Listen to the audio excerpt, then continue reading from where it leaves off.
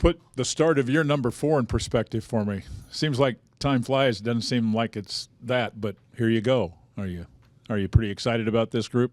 I am excited about this group. That's a pretty cool question because Bailey asked me that the other day, and she was like, "So does it feel like year 4?" And I said, "Well, I feel like I'm like natural being here, but I can't say that like I'm comfortable. That's kind of thing. It's still, when you do the Jerome Tang pregame show, I like, come on, it's just crazy to me. So some of the stuff is still like, I have to settle into it, but the basketball part of things, I feel pretty good about it. You have said all along that this has been a group that has worked really hard and is quite coachable. I'm just curious as to if you had to mention maybe 2 or 3 what I would describe as strengths going into the new season, what would they be? We can make shots. We're unselfish, and then care. They care, have a big care factor. I guess I'll ask about the defense then, too. Is your on a scale of 1 to 10, is your concern there a 3? Is it a 9? Is it a 6? What would you say? Oh, I have a huge concern about it, but we've been reading a book as a staff together, and it's a leadership book, and one of the points they say good leaders don't focus on what you can't do; they focus on what you can do. And I am by nature, we didn't do this, we didn't do that, we didn't do that. Like always think how do we keep getting better, and but I don't know that that is necessarily a strength of leadership. And so I'm trying to focus on what we can do and then make marginal increases in the areas that I feel like we can improve. It seems like some of the install on that defense, just kind of from the schedule you laid out, whether, you did offense throughout a lot of the summer, then just kind of come in since school started with some of the defense. Is that timeline go into the regular season? I'm still trying to figure some of that out, or with this group, or just kind of how does that work right now? Yeah, there's a communication level you have to have, and there's a language that you have to speak, and we all have to use the same vocabulary so that we're all on the same page, and certain words mean certain things for us that might have meant something different for them in the last place they were at, and so there's a lot of that it'll take time for it to get to where we want it to get to, but it won't be a lack of effort on their part. At times it's just your paralysis by analysis. Like, hey, what was I supposed to say? And then it's like, man, just say something, and so that we can all get on the same page. What do you see in this Greensboro team? Man, that's a tough one because all of Mike's friends, and I consider myself a friend with Mike, that they scrimmaged, didn't give any information out about this team, and none. I mean, I think they scrimmaged, did a private closed scrimmage with Longwood, and like not a word. Like we were told couldn't say anything, and so Mike, really good job with that. And so I have absolutely no film. They have a bunch of guys that they got on transfers, and so we've got film of what they do well at their last place, but not necessarily what they're going to do here with him. But knowing him and just his history, they've always played tremendous defense, had a great effective field goal percentage, forced you to take tough twos, and he's iced on the side and had drop ball screen coverage in the middle, really physical rebounders, and then on offense they run really good stuff and get the ball to 3 sides, multiple ball screen actions that you have to guard, and they really use the shot clock to make you work and take very efficient shots in what they want to do. So the defensively, if they can turn you over, they're going to get out and run. And but then after that, if they don't have a good one, they're going to make you sit and guard. So that's a Mike team. He was in the NCAA tournament just a couple of years ago, and they won 20 games last year. And so they're a really good team, and he's a really good coach. And so it's going to be like we're going to have to be ready to play, because I know they're going to be ready to play. How much do you anticipate tightening up the rotation compared to what we saw in the exhibition games? Yeah, it'll shrink some. It'll shrink some. I don't know that we're in condition to play at some spots to play 30 minutes yet, so we can't really shrink it a ton. But I could see it tightening up some. And in games like this, if you find yourself, up late, how do you kind of handle the decision whether to add points versus experiment and give some guys some time to play? I hope I'm in that situation. No decision on that, though? Yeah.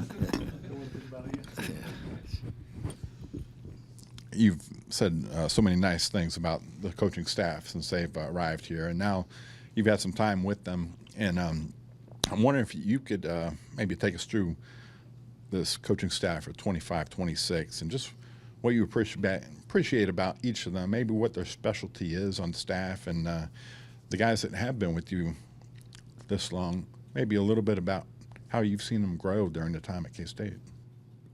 Man. Yeah. Okay. Well, I think the staff and the staff organization and just, how we operate on a daily basis probably starts and ends with Bailey and her ability to keep us organized, keep us on the same page, always thinking ahead. She's just elite at what she does and how she protects my schedule, and is willing to tell people no for me, and when I'd probably say yes, and then tell me certain things I don't need to be doing, because she knows that I probably should spend my time doing something else. So and I think everyone on our staff appreciates that about her, because we always feel organized and always feel prepared and always feel ready for the next thing operationally. Then adding Chase as a video coordinator, and he's learning and growing, but I've known Chase since he was 7 years old, and so it's just crazy. Like Henry Dugat, who's here, GA with us, and he was at Baylor when Chase was little and Paxton was little, and now they're grown men, and he was like, man, it's crazy. And it is. It's just cool. But to see him and his, he has a high basketball IQ, and, just a great, able to relate with the guys. And so that's a lot of fun. Austin Carpenter, man, he's just big time, just real elite at he's going to be a great basketball coach at some point in time. And because he's got a good basketball mind, and he studies the game and can communicate with guys, but he's also just like a next level thinker. Like, this is where we're at, but this is the next thing that's going to happen. We need to be prepared for when this. He's always got us thinking down the road, what's going to happen, and how can we be in position to capitalize on what's going to happen down the road. And I've said a lot about him, since I'm. Before he came to Baylor and then came here with me, 2 Heisman Trophy winners, 2 lottery picks, 6 Big 12 championships, and a national championship. 4 at Oklahoma, 2 at Baylor. Dude is just a winner, and he just brings so much to the table, and is willing to do whatever you ask him to do. Anthony Winchester. A-Dub's a stud, man. He knows basketball. He has great relationships with the players. He has a great feel for what's going on. He's not afraid to, speak up and be the dissenting voice in the room, and that's so valuable for me as a coach. And and the fact that he did it at a high level, in college and overseas, adds so much credibility to when he speaks, and then just his willingness to be coached, to learn, to want to grow, and bring new ideas on the offensive end for us. And so, he's a blast to be around. And now, great thing about both him and Carpenter, they're both, and Chase, I mean, these dudes are all new dads, so they're experiencing not just work but life differently and together, and so that's fun to be a part of. And then Coach Peterson, who's in that office, I'm going offices, and he's in that office. Man, he just has just such a wealth of knowledge, and a guy who's willing to share information, and he's such a great mentor, and he's if you want to get better, and you're around Bill Peterson, you're gonna get better. And if you don't want to get better, then don't be around him, because he doesn't mess around with foolishness. And man, just love having Coach Peterson here, and how he's helped just the players get better, but he's helped the staff get better. And he's got such an humble spirit, but there's such a force about him in what he believes and what he knows is going to produce success on a team and individually. And having been 11 years in the NBA, and then all the success in college, there's just so much credibility to him when he speaks.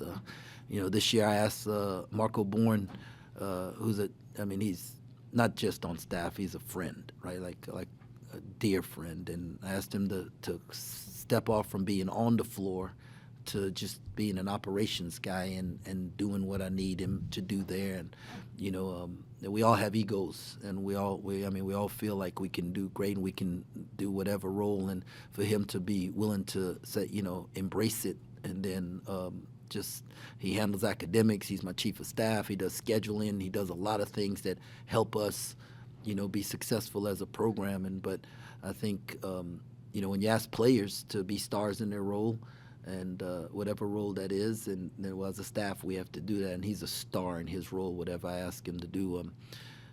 Watching Reem grow, just from last year to this year, and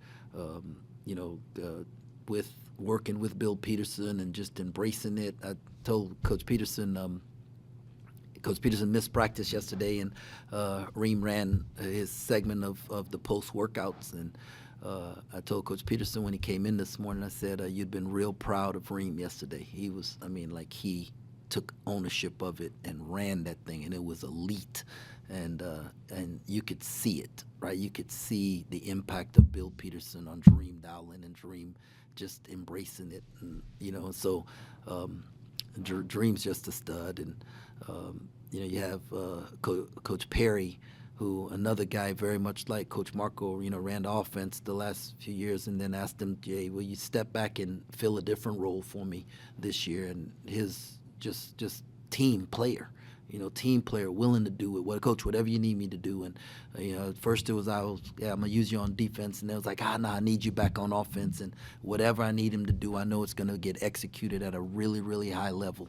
And so just love the fact that I've got a group of people who, whatever role I need from them, they're going to, dive into. And then obviously, adding Matt Driscoll, to the staff, Matthew Driscoll to the staff, that's we just hit a home run on that one, man. And he's such a ball of energy and just so knowledgeable and so great with the guys and so organized and just so much. They take so much off my plate. I feel like I'm more freed up now to, do some things that I need to do, and then get to do some things that I love to do. And so, I just got a great group of people, and that includes Phil and Luke, who, man, they never get seen, but they do so much to make this program run. I've never seen a trainer spend that much time and that much energy into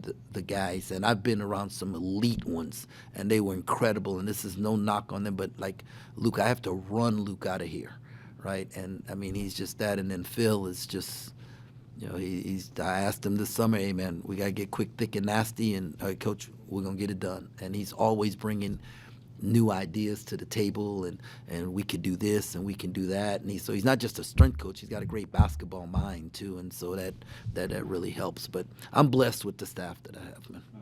I appreciate your time. One more question. what are maybe 2 or 3 of your favorite memories here at K-State so far to this point? What are a couple of things that you enjoy telling recruits when they come in here? Oh man, favorite memories. I think I'd say talking to the team the first time, Marquise and those guys. You know, obviously making the NCAA tournament, the first year. Every time I go into Bram, man, and the student section, that's just such a special thing. That's I would say that's my favorite. Like going into Bram and the student section, and that's just really really cool. And I tell recruits coming here that. We always tell them, man, go other places and eat everybody's steak and lobster, and then come on here and get a home cooked meal, because we don't go to restaurants much when kids come on campus for visits. We do it at home, and we cook them a home cooked meal, and we spend time with our family, because I say all the time, if the only time you spend time together is on the basketball court, you're really not a family. So our guys, our staff, also we spend a lot of time at each other's home. And to build the type of relationships that allow you to weather, changes in our our profession, right? Like some of the stuff that's going on, you see guys retiring and stopping and moving in because there's just so much volatility, and then there's the pressure to win on top of that. I mean. Are there any head coaches in the SEC right now in football? I mean, yeah, you just think about dude's 2 years. Yeah, he's gonna coach every team next year in the SEC. But I'm just saying, there's just the pressure that goes along with that, and and then everything, and it's just mounting because the money is bigger, right? The more the money grows, and the more people invest in it, the more say they want to have, and the leash becomes shorter and shorter. So if you're going to operate under that pressure and under all of that, right, you better enjoy being around the people you're around. And I love being around this group.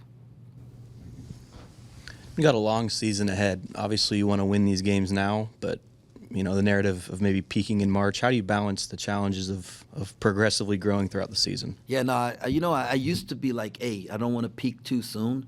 But forget that crap. I want to get as good as we possibly can, as early as we can, and see how long we can. Because if you wait too long to get going, then, you might drop some that are going to end up hurting you later on. So we're just going to try and figure out a way to win the next game and just do that, and then see how it builds. When you had guys for 3 and 4 years, you could do that because you knew experience was going to allow you to win some of the early games. Experience and talent. Well, now the teams you play earlier, my team is not more experienced than the team I'm getting ready to play tomorrow night, because he's got a bunch of new guys and we got a bunch of new guys. So anything can happen. So we're just going to try and figure out. But that's a really good question, and it's something that I used to think about, but now it's just, let's just win now.